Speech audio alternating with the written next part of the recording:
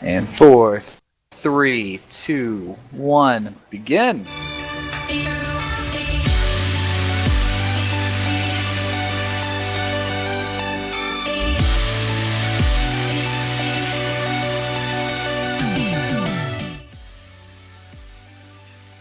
Hello everyone, it's Raven, and welcome to School of Design Speedbuild Episode 1.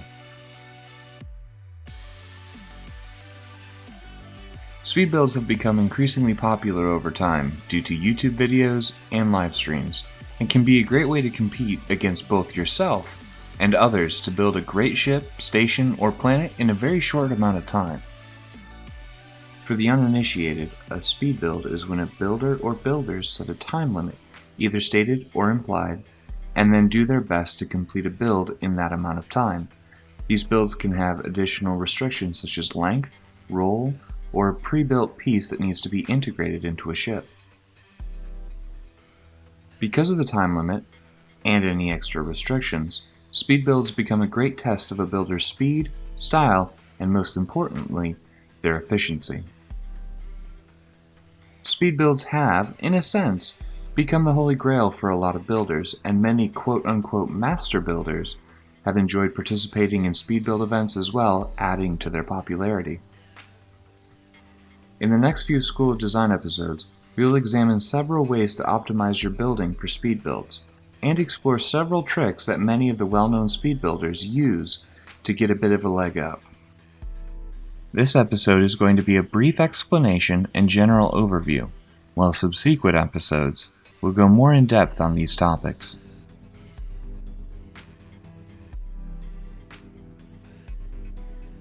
The first thing to know is that speed building is more about patterns than it is about anything else.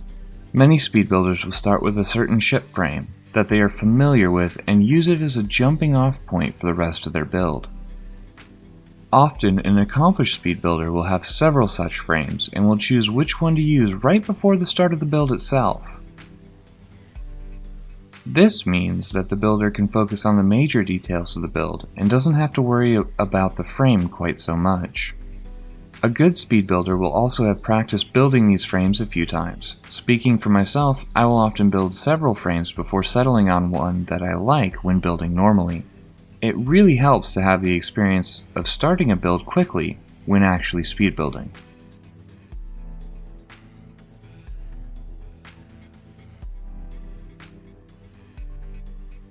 The next big trick that speed builders use are their basic patterns. Whether you use memorized patterns, like Delmont and myself, or store them as a copy-paste template, like Skylord, having a few basic detailing patterns at hand can give you a real advantage.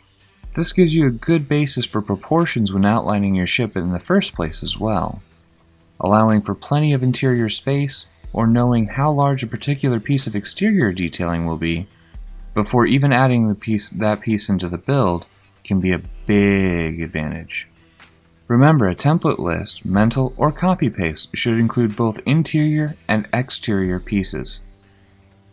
This reduces the amount of time taken to think on each part of the build and allows your brain to focus more on any problem areas that arise during the build itself. Spend some time before doing speed builds coming up with interesting pieces and patterns for your builds so that you can use them as a base for your speed build projects.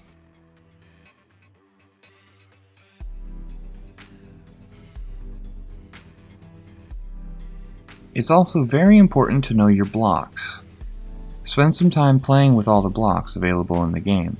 Get to know what they look like and what their functions are. The less time you spend trying to figure out what to use in a specific place, the more time you have for other parts of the build.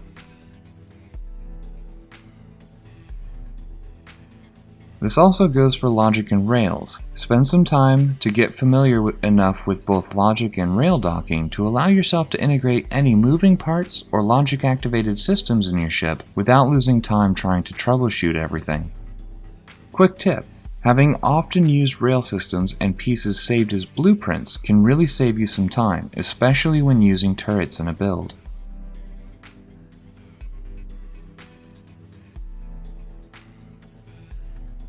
Lastly, learn to use your time well. Often new speed builders will get part of a frame done but get hung up on the small detail that they just can't quite fix. Learn to skip past that and keep it in the back of your mind while continuing with the build. Knowing how much time you have on a particular build is very important. Are you doing a 50 meter in 30 minutes build, or a 2-hour team extravaganza? These are things you should think about at the beginning of your build, and do your best to plan your ship's size and complexity accordingly. When working with a partner, only work in the same area toward the end of the build. You do have a limited amount of time, and having 2 people working on the same spot tends to be more inefficient than each working in separate areas.